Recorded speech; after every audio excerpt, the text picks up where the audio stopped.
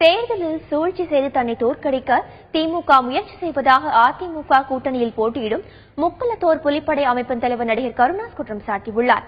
திருவாடானை தொகுதிக்கு உட்பட்ட RS மங்கலம் பகுதியில் தேர்தல் பிரச்சார பொதுக்கூட்டத்தில் அவர் உரையாற்றினார்.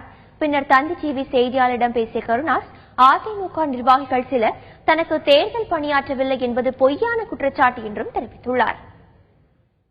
தவறான ஒரு குற்றச்சாட்டை திட்டமிட்டு திராவிட முன்னேற்ற கழகத்தினர் திட்டமிட்டு இதை செயல்படுத்துகிறார்.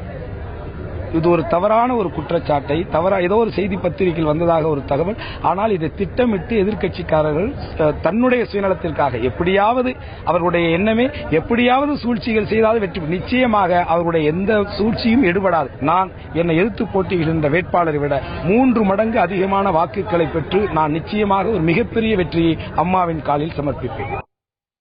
முன்னதாக நடிகர் கருணாஸ் திருவாடானை தொகுதியில் போட்டியிடுவதை எதிர்த்து தாக்கல் செய்த வழக்கை தள்ளுபடி செய்து சென்னை உயர்நீதிமன்றம் உத்தரவிட்டுள்ளது. மனுவை விசாரித்த நீதிபதிகள் தேர்தல் ஆணையம் வெளியிட்ட வேட்பாளர்கள் பெயர் பட்டியலை ரத்து செய்யக்கோரி வழக்கு தொடர மனுதாரருக்கு அடிப்படை உரிமை இல்லை என்று கூறி மனுவை தள்ளுபடி செய்து உத்தரவிட்டனர்.